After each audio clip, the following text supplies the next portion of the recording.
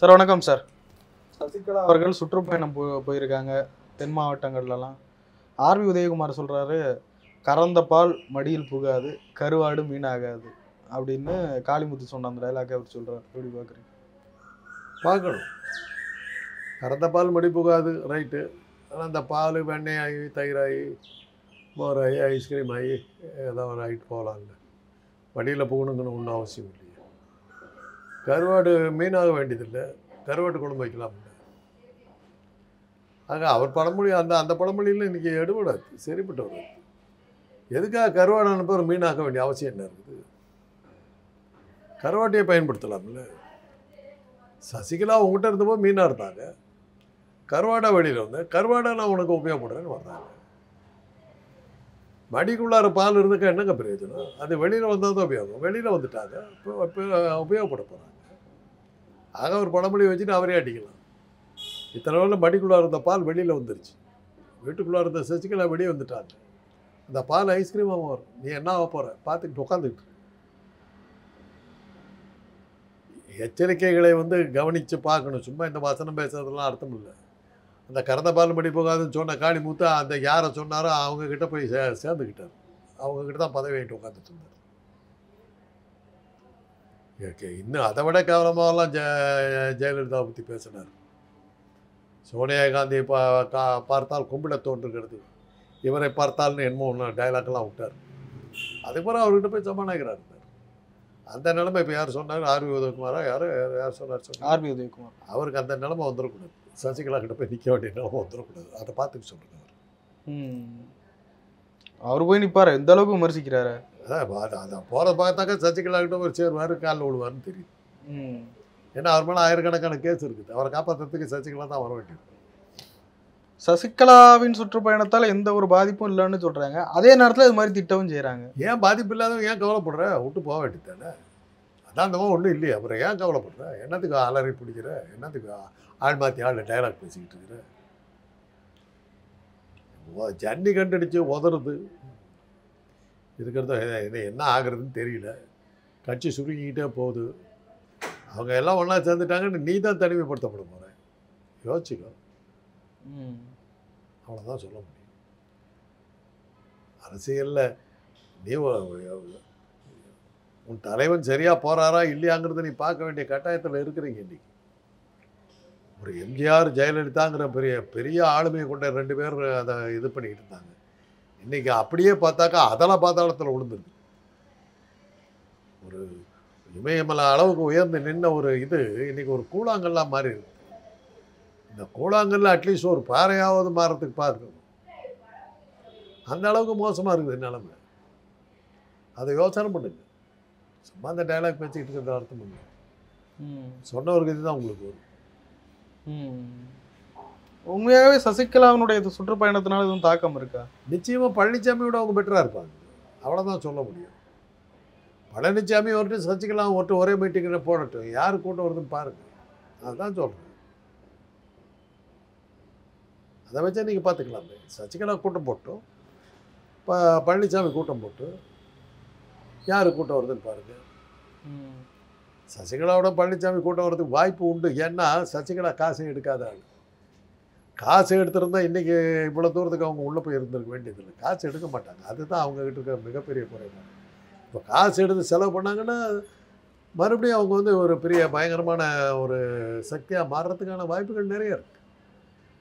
ஆனால் காசு விடணும், செலவு பண்ணணும். பன்னீர்செல்வம் செலவு பண்ணாமே உட்காந்துக்கிட்டு இருந்ததுனால காலியானார். அன்றைக்கி பழனிசாமி மாதிரி இவரும் காசு கொடுத்துருந்தாக்க பொதுக்குழு உறுப்பினர்களை பாதி பேர் இவரும் நியமிச்சிருக்கலாம்ல. 2 பேரும் எம்ஜிஆர் சொன்ன பேச்சை கேட்கல. எம்ஜிஆர் கட்சி தொண்டன் தான் பொதுக்குழு உறுப்பினரை தேர்ந்தெடுக்கணும்னு சொன்னாங்க. இவங்க நியமிச்சுக்கிட்டவங்க தானே. இவர் அதிகமாக காசு கொடுத்து நிறைய பேருக்கு காசு கொடுத்து பொதுக்குழு உருவாக்கிட்டார். இவரும் கொடுத்துருந்தாக்க இவர்கிட்ட ஒரு 100 பேர் வந்திருப்பாள். இவர் செலவே பண்ணாமல் நீ கொண்டு நான் அதை வாங்கிக்கலான்னு தர முடியல. அப்படி தானே பன்னீர்செல்வம் வெளியே போனார். இவரும் செலவு பண்ணியிருந்தாக்க அந்த 1200 பொதுக்குழு உறுப்பினர்கள் ஒரு 500 பேர் இவர்கிட்ட வந்திருப்பாங்கல்ல. செலவு பண்ணாமல் பார்த்தாரு, நடக்கலை.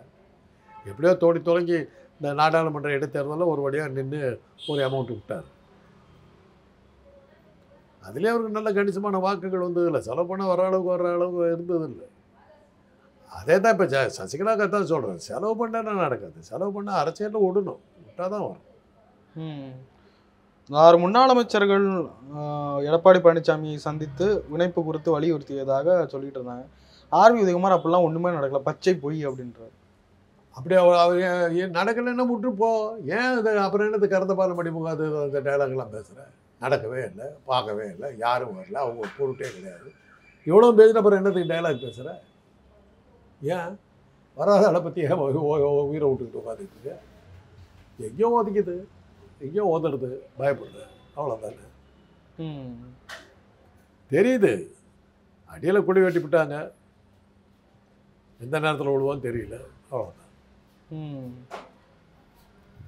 எடப்பாடி பழனிசாமியை தாண்டி எப்படி ஒருங்கிணைக்க முடியும்னு நினைக்கிறீங்க சார்? எடப்பாடி கட்சிக்குள்ளார தானுங்க நீங்கள் வரப்போகிறது இல்லை. 4 பிரிஞ்சு இருக்குதுங்க. 3 பேரும் ஒன்றா சேர்றாங்க. இவர் தானே தனியாக மாட்டேங்கிறாரு. இவர் கட்சிக்குள்ளார தான் சேர்த்த மாட்டேங்கிறாரு. எடப்பாடி தலைமையில் இருக்கிற அதிமுகவில் சேர்த்த மாட்டேங்கிறாரு. வேண்டாம், அப்போ அவரை வெளில அனுப்பிடலாமா? யார் சேர்த்தனா தானே அவர் கட்சி வச்சுட்டு அவர் நடத்திட்டு போகிறாரு. அவருக்கு ஜானகி மாதிரி தானுங்களே அவர். நீதிமன்றத்தால் அங்கீகரிக்கப்பட்டவர், வேற என்ன இருக்குது அவர்கிட்ட? அப்போ உண்மையான அதிமுக இவங்க தான். உண்மையான அதிமுக நான் சொல்ல மாட்டேன். அவர்கிட்ட அதிமுகவில் 4000 பேர் இருக்காங்க, அவ்வளோதான். எம்எல்ஏக்கள், நிர்வாகிகள், இதெல்லாம் ஜானகி கூட எப்படி இருந்தாங்களோ அதுமாரி அந்த நிர்வாகிகள் பூரா அவங்க கூட இருக்காங்க. தொண்டர்கள் யார் பக்கம் போகிறாங்கிறது நீங்கள் பார்க்கணுமில்ல. தொண்டர் இவர்கிட்ட இல்லைங்கிறது விக்கிரவாண்டி தேர்தலில் தெளிவாக தெரிஞ்சு போச்சுல்ல. ஏன்னா பழனிசாமி தேர்தலை புறக்கணிக்கிறோம்னாரு. புறக்கணிச்சிருந்தால் அவர் தொண்டர்கள்லாம் புறக்கணிச்சிருக்கோம்ல. இப்போ அதே தான் விஜயகாந்த் தேமுதிக சொல்லிச்சு, புறக்கணிக்கிறோம் அப்படிச்சு. அவங்கெல்லாம் ஓட்டு போடாமல் இருந்தாக்கா 60% கூட போல இருக்கக்கூடாதுல்ல. 80% போல இருக்குது.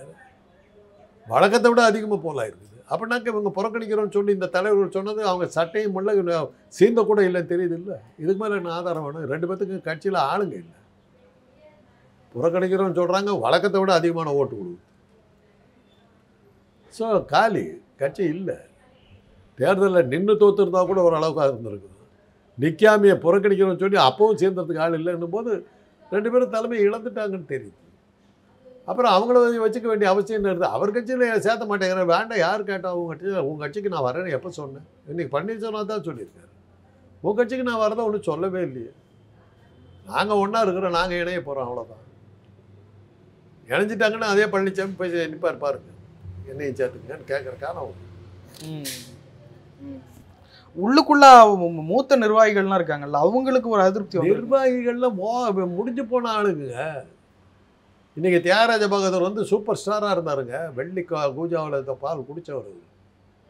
அவரை பார்க்குறதுக்கு திருச்சியில் 2 பக்கம் ரயில்வே ஸ்டேஷனில் அவர் வீடு போகிற வரையில் 2 பக்கம் லட்சக்கணக்கான மக்கள் கையாடிட்டு இருந்தாங்க.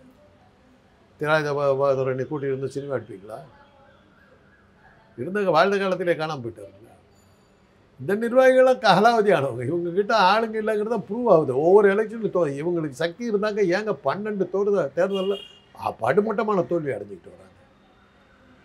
சட்டமன்ற தேர்தலுக்கு பிறகு ஒரு சின்ன போஸ்ட்லேயாவது வெற்றி பெற்றாங்களா? நிர்வாகிகள் பூரா இருக்காங்க. 2 கோடி தொண்டர்கள் இருக்காங்க. எங்கே போயிட்டாங்க? எல்லாம் அவங்க சந்திரமண்டலத்துக்கு போயிட்டாங்களா, செவ்வாய்கிரகத்துக்கு போயிட்டாங்களா? எங்கே போனாங்க? பூரா காலி, ஒன்றுமே இல்லை. சட்டமன்ற உறுப்பினர்கள் சில பேர் இருக்காங்க, நிர்வாகிகள் எல்லாம் ஜானகி மாதிரி. ஜானகி எல்லாத்தையும் வச்சுக்கிட்டு தான் ஜானகி எலெக்ஷன் நின்னாங்க. எல்லா இடத்துலையும் நின்னாங்க. 234 தொகுதியில் நின்னாங்க. 233 தொகுதியில் டெபாசிட் போச்சு. பிஹெச் பாண்டியன் ஒரு ஆள் தான் ஜெயிச்சார். ஜெயலலிதா பக்கத்தில் 22 பேர் தான் இருந்தாங்க. அந்த மாதிரி தான் வந்தது. இரட்டையில் சின்னம் இல்லை, சேவல் சின்னத்தில் வச்சுக்கிட்டு வந்தது. இந்த மாதிரி ரெட்டைப்புறா வச்சுக்கிட்டு வந்தது. காணாமல் போச்சு இல்லை. பழனிசாமி கிட்ட இருக்கிற பிரச்சனையே என்னன்னா, இரட்டையில சின்னத்தில் நின்று காணாமல் போயிருக்கிறாரு. அழிக்கவே முடியாது, அடிக்கவே முடியாது, ஜெயிக்கவே முடியாது, தோக்கடிக்கவே முடியாது. வெற்றியின் சின்னம் ரெட்டையிலன்னு காட்டிட்டா தாய்மார்கள் போட்டுருவாங்கன்னு சொன்னதெல்லாம் என்னாச்சு?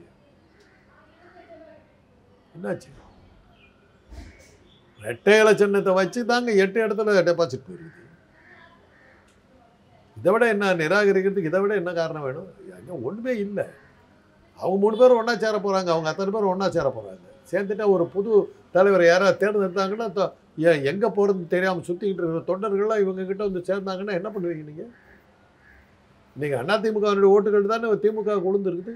1,24,000 ஓட்டு எதில் வந்தது? இவங்க 2 பேர் அதிமுகவினுடைய தொண்டர்கள் பூரா இவங்களுக்கு போட்டு போயிட்டாங்க. அதுதானே இப்படிப்பட்ட ஒரு அபரிமிதமான வெற்றிக்கு காரணம் அதுதானே. அது ஒரு தினசரி பத்திரிக்கை அவங்க சேனலில் அதை போட்டிருக்க கணக்கு காட்டுறாங்களா இப்படியெல்லாம் வந்ததுன்றாங்க. அது உண்மையாக இருந்ததுன்னா அதிமுக தொண்டர்கள்லாம் திமுகவுக்கு போயிட்டாங்க. ஸ்டாலின் தலைமை ஏற்றுட்டு போயிட்டாங்க. அதான் இன்னைக்கு யதார்த்த உண்மை அதுதான். இதெல்லாம் கணக்கு வச்சுட்டு பாருங்க. அல்லது அந்த தொண்டர்கள்லாம் எங்கேயோ சுற்றிக்கிட்டு இருக்கிறான். அவன் தலைமை இல்லாமல் சுற்றிக்கிட்டு இருக்கான். அவனையெல்லாம் சேர்த்ததுக்கு 3 பேரும் ஒன்றா சேர்ந்து ஒன்றடி வாம்னு ஒரு வேற வசனம்லாம் பேசினாங்கன்னா அத்தனை பேர் சேர்ந்தாங்கன்னா பழனிசாமி அணியாதை. ஒருவேளை ஒன்றிணைஞ்சா மட்டும் அதிமுக வலுப்பட்டுரும்னு நினைக்கிறேன். அது வலுப்பெற்றுடுமா சொல்ல முடியாது. பழனிசாமியோட சக்தி வாய்ந்தவர்களாக இருப்பாங்கிறத நான் சொல்ல வரேன். வலுப்பெற்றுடுவாங்கன்னு நான் சொல்லவே இல்லை. அந்த தொண்டெல்லாம் எங்கேயோ போயிட்டாங்க. அந்த தொண்டர்கள் அவங்களோட இல்லை. அந்த தொண்டர்கள் வந்து காம்ப்ரமைஸ் ஆகி வந்து திமுக ஓட்டு போடுறதுக்கு போயிட்டாங்க. அது அந்த சேனல் சொன்னது, அந்த சேட்டலைட் டிவி போட்ட கணக்கு கரெக்டாக இருந்ததுன்னா அந்த தொண்டர்கள் திமுகவில் அடைக்கலம் போட்டுட்டாங்க. முடிஞ்சு போச்சு. கட்சி இல்லை. தான் உண்மை. பழனிசாமியுடைய சாமர்த்தியம் அதுதான். இத்தனை நிர்வாகிகள் எல்லாம் உதயகுமார்லாம் பெரிய மந்திரிகளாக இருந்தவங்க தான். என்னத்துக்கு என்ன செல்வாக்கு இருக்குது இப்போ அவங்ககிட்ட? பெருங்காயிட்டப்பா. 2021 ஒதுங்கிக்கிறேன்னு சொன்ன சசிகலா எதுக்கு இப்போ திரும்பி வராங்க? இதுக்கு பின்னாடியில் எதுவும் சதி திட்டம் இருக்கா அப்படின்ற ஒரு கேள்வி. சதிங்கிறது யாருக்கு எதுக்கு இஷ்டப்பட்டதான் சொல்கிறாங்க. அதை சொல்லுங்க. திரும்பி வர்றாங்கன்னு கேட்குறதுக்கு நீ யார்? வரக்கூடாதுன்னு இருக்குதா? அவங்க தான் வரமாட்டேன்னு சொன்னாங்களே. அது சொன்னாங்க. அதுக்காக வரவே கூடாதா? என்ன அர்த்தம் புரியலையே. நீ யாருங்க அதை சொல்கிறதுக்கு? நீ யாரும் அதை சொல்கிறது? வரமாட்டேன்னாக அப்படியே போயிட்டுமா? என்ன புரியலையே. ஜெயலலிதா கூட தான் ஒரு ராஜினாமா கடிதம் எழுதி வச்சாங்க. ஞாபகம் இருக்குதில்ல? பெரிய ரகலாச்சு. அது முரசொலியெல்லாம் அரசியல் விட்டு விலகலான்னு பெரிய அட்டைப்பட இது தலைப்புச் செய்தியாக வந்தது. அப்புறம் பார்த்தா அந்த அம்மா கோவத்தில் எழுத லெட்டரை வெளிப்பட்டு அது அப்புறம் வந்து அந்த அம்மா இல்லைன்னு சொல்லி அதெல்லாம் தான் பெரிய ரகலையெல்லாம் நடக்குது. அன்றைக்கி இருக்கிற கோபத்தில் அவங்க என்ன அரசியலுக்கு வரலன்னு சொன்னாங்க. அதுக்கு அவங்க வந்து அமலாக்கத்துறையை வச்சு பாஜக மிரட்டல். அதுதான் காரணம். இன்றைக்கி பாஜகவுடைய மிரட்டல் இல்லை. பாஜகவே மைனாரிட்டியாக போயிடுச்சு. பாஜகவுடைய பிடியில் சிக்கித்தானுங்களே நீங்கள் நாசமாக போனீங்க. அந்த கட்சி நாசமாக போனதுக்கு காரணம் பாஜக. இந்த கட்சியை 4 உடச்சி ஒன்றுமில்லாமல் பண்ணி எப்படி இந்திரா காந்தி வந்து திமுக உடச்சி எம்ஜிஆரை பிரிச்சுட்டாக்கா காங்கிரஸை கொண்டதெல்லாம் நினச்சா அந்த பண்ணாங்களோ, கடைசியில் என்னாச்சு? எம்ஜிஆர் வந்துட்டார். அன்றைக்கி போனால் காங்கிரஸ் தான் போனவங்களே தான் வரவே முடியல. அதே தான் இன்றைக்கி பாஜக வந்து ரொம்ப கஷ்டப்பட்டு இவங்களை 4 உடச்சி சசிகலா வந்தால் வம்புங்கிறது தான் நான் ஏற்கனவே சொல்லியிருக்கேன். அந்த அம்மா மேலே பாஜகவுக்கு பயம் இருந்ததுனால தானே பதவி பிரமாணம் செய்யாமல் அந்த வித்யாசாகர் கவர்னர் ஓடி போனார். அமித்ஷாவுக்கு பயம் இருந்தது இல்லை. இந்த அம்மா வந்து உக்காந்ததுன்னா கட்சியை உறுதிப்படுத்திட்டு ஸ்ட்ராங் ஆக்கிட்டு ஸ்ட்ராங் ஆகிடுச்சுன்னா நம்ம பிடியிலிருந்து பாஜக அதிமுக போயிடுங்கிறதுனால தானே அந்த மாதிரி பதவி பிரமாணம் பண்ண மாட்டேன்னாங்க. அதே சமயத்தில் பழனிசாமிக்கு உடனே பண்ணாங்கல்ல. ஏன் பண்ணாங்க? கொத்தடிப்பேன், சொன்ன பேச்சு கேட்பார். உட்கார எந்த பேர் போட இடத்துல கையெழுத்து போட. இன்றைக்கி வந்துருக்கிற நீட்டு ஜிஎஸ்டி எல்லாமே அவர் போட்டு கொடுத்தது தானுங்களே. அவர் தானே அங்கீகாரம் கொடுத்தாரு. அன்றைக்கி ஜிஎஸ்டிக்கு எகென்ஸ்டாக ஓட்டு போட்டிருந்தா இதை நீட்டுக்கு போட்டிருந்தாக்க இன்றைக்கி நீட் வந்திருக்காது. இவங்க தான் ஆதரித்து போட்டாங்க. காங்கிரஸ் தான் கொண்டு வந்தது. அதான் அவங்க அமலாக்க சொல்லி சட்டமாக்க கொண்டு வந்ததுக்கு பாஜக தானே கொடுத்தது. அதுக்கு ஆதரவாக நின்றது பழனிசாமி குரூப் தானே. சொன்ன இடத்துல கையெழுத்து போட்டார். ஒரு நிமிஷம் யோசிக்கலையோ. பதவியில் இருக்கணும், அமலாக்கத்துறை வரக்கூடாது. அதுதான் அவருடைய லட்சியம். இப்போ நீங்கள் அதை அமலாக்கத்துறையை நாங்கள் பார்த்துக்கிறோம், பதவியில் நீ எதிர்கட்சி தலைவராக நீயே இருன்னு சொல்லுங்க பாருங்கள். நாளைக்கே போய் சசிகலாவோட சேர்ந்துக்கிறாரு இல்லையே பாருங்கள் பழனிசாமி. அவர் வேண்டியது அவ்வளோதான். அந்த கேரண்டி கொடுங்க, அவர் வந்து சேர்ந்துக்குவார். அப்போ உதயகுமார் எங்கே போகிறார் அப்புறம் பாரு. உதயகுமார் எதையும் சொல்லி வச்சிருக்கு. ஒரே அவரை நம்பிக்கிட்டு இருக்காது. யார் இந்த 2ஐயும் கொடுக்குறேன்னு சொன்னால் அவர் எங்கே வேணாலும் போயிடுவார்னு சொல்லுவார். செல்லூர் ராஜு கேட்குறாருங்களே சார், நாங்கள் என்ன அம்மாவா தலைவரா? நாங்கள் ஓட்டு கேட்டால் யாரும் போடலை, என்ன பண்ணுறது அப்படின்ட்டு. அதுக்கு இதுக்கெல்லாம் எப்படிங்க விளக்கம் சொல்ல முடியும்? ஓட்டு கேட்டால் போடலன்னாக்க மக்கள் நிராகரிச்சிட்டாங்க. அப்புறம் என்ன பண்ணுறது? அவ்வளோதான். யார் அசிங்கப்படுத்துறாரு சார்? தன்னை அசிங்கப்படுத்திக்கிறாரு. என்னை யாரும் மதிக்கலைங்கிறாரு. இப்போ பிரேமலதா என்ன சொன்னாங்க, கூட்டணிக்கு யாருமே எங்களை கூப்பிடலன்னாங்க. அதுக்கு என்ன அர்த்தம்? உனக்கு செல்வாக்கு இல்லைங்கிறது தான் நிலைமை. செல்வாக்கு இருந்தால் அத்தனை பேர் வந்து முட்டிட்டு வந்து ஒட்டிக்கிறது பார்ப்பாங்கங்க. இப்படி யாரும் சேர்ந்தலைன்னு என்ன அர்த்தம்? நீ ஒன்றுமே இல்லாத செல்லா காசு உடனே யாரும் சேருவா. கூட்டணி வைக்கலைங்கிறது வந்து சாமர்த்தியம் இல்லை. கூட்டணி சேர்றதுக்கு உங்கள்கிட்ட யாரும் தயாராக இல்லைன்னு அர்த்தம். அது சாமர்த்தியம் இல்லை. கூட்டணிக்கு ஒவ்வொருத்தரும் மோதுறாங்கன்னு நீ ஜெயிக்கிறேன்னு அர்த்தம். ஒருத்தர் வரலனாக்கா நீ ஒன்றுமே இல்லாமல் போயிட்டான். ஓட்டு கேட்டால் போடலன்னாக்கா அப்போயே தெரியுது இல்லை, நீ காலி.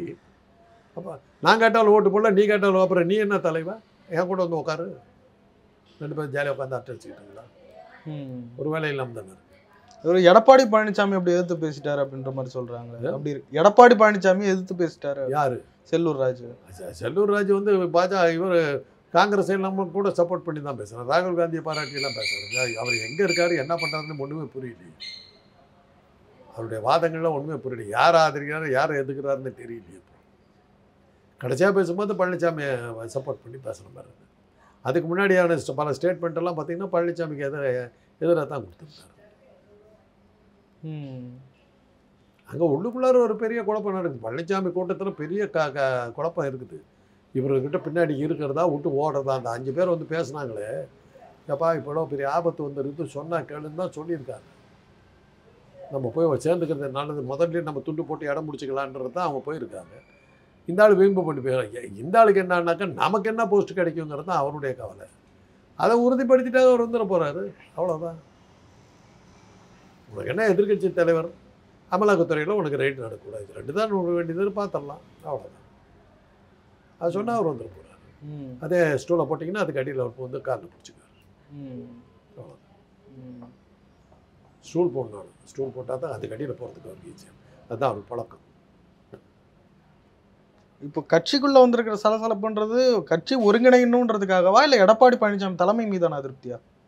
எடப்பாடி அவங்க சட்டை பண்ணிங்க, இவங்கெல்லாம் சேரலான்றாங்க, மாட்டேங்கிறாரு. இவர் யார் பன்னீர்செல்வம் கிளீனாக சொன்ன யார் கூப்பிட்டான்றாரு. நிலமை அப்படி போயிடுச்சுங்க. நாங்கள் ஒன்று உங்கள்கிட்ட வந்து சேர்றோன்னு சொல்லலையே, நீ ஏன் கத்திக்கிட்டு இருக்கிற? என் கட்சிகள் சேர்த்த முடியாது, சேர்த்தாட்டி போ. எம்ஜிஆர் அப்படி தாங்க பண்ணார். அதிமுக உருவாக்கும் போது திமுகவிலேருந்து பிரிஞ்சார். கட்சி பெயரை பயன்படுத்தக்கூடாது, பயன்படுத்தலை அனைத்து இந்திய அண்ணா திமுக. கட்சி கொடியை பயன்படுத்தக்கூடாது, வேற கொடி. எங்கள் உதயசூரியன் சின்னம் உனக்கு கிடையாது, வேண்டாம், இரட்டையில் போயிட்டார்ல. அதே தான் இவங்களுக்கு சொல்கிறேன். இரட்டையிலையும் நீயே வச்சுக்க. அதான் ப்ரூவ் பண்ணிவிட்டிய. 8 இடத்துல டெபாசிட் போகிற அளவுக்கு அந்த சின்னத்தை சின்ன பின்னமாக்கிவிட்டேன். அனைத்து இந்திய அண்ணா திமுக பதிலாக அனைத்துலக அண்ணா திமுகன்னு வச்சுக்க, முடிஞ்சு போகுது. நீ என்னத்துக்கு தலைவன்? யூஆர் அ ப்ரூவ்டு ஃபெயிலியர், நிரூபிக்கப்பட்ட தோல்வியாளர். நீ உன் முன்னாடி மக்கள் வர்றாங்கன்னாவது பயந்துக்கலாம். ஒன்றுமே இல்லைன்னு தெளிவாக நிரூபிக்கப்பட்ட பிறகு 12 தடவை நிரூபிக்கப்பட்ட பிறகு உன் முன்னாடி யார் வருவா? அது விக்கிரவாண்டி தேர்தலில் நீ புறக்கணிக்கிறன்னு சொன்னால் கூட கேட்கறதுக்கு ஆள் இல்லைங்கிறது அதையும் நிரூபிச்சுட்டேன். தேர்தல் இன்னும் தோற்றுருந்தா கூட ஒரு 10,000 ஓட்டு 5,000 ஓட்டு வாங்கியிருப்பா. அதையாவது பார்த்து இத்தனை பேர் இருக்காங்கன்னு நம்பியிருக்கணும். அதுவும் இல்லாமல் பண்ணிவிட்டேன். ஆக நீ ஒரு செல்லா காசு உன்னை வச்சுக்கிட்டு என்ன பண்ண போகிறோம்? நாங்கள் ஒன்றா சேர்றோம். இனிமேல் நீ தான் போய் கெஞ்சணும் அவங்கக்கிட்ட. அவ்வளோதான். அதைத்தான் அந்த ஐவர் சொல்லியிருக்காங்க. விட்டா நம்ம ஓரம் கட்டிவிட்டாங்கன்னா ஒன்றுமே இல்லாமல் போயிடுவோம். ஏதாவது இப்போ போய் ஒட்டிக்கிட்டோம்னா ஏதாவது ஒரு செயற்குழு உறுப்பினர் அதை ஏதாவது போட்டு கொடுப்பாங்கன்னு அவங்க போய் கேட்டிருக்காங்க. இந்த ஒருங்கிணையணும் அப்படின்ற பிரச்சனைக்கு பின்னாடி எதுவும் பாஜகவோட சதி இருக்குங்களா? பாஜக சதி இருந்தால் கூட ஒருங்கிணைய விட மாட்டாங்க. இதுக்கப்புறமும் பழனிசாமி கிட்ட அமித்ஷா பேசியிருக்காருங்கிறாங்களே. இன்றைக்கி அவங்க நிலைமையை ததிங்கெழுத்தம் போட்டுக்கிட்டு இருக்குதுங்க.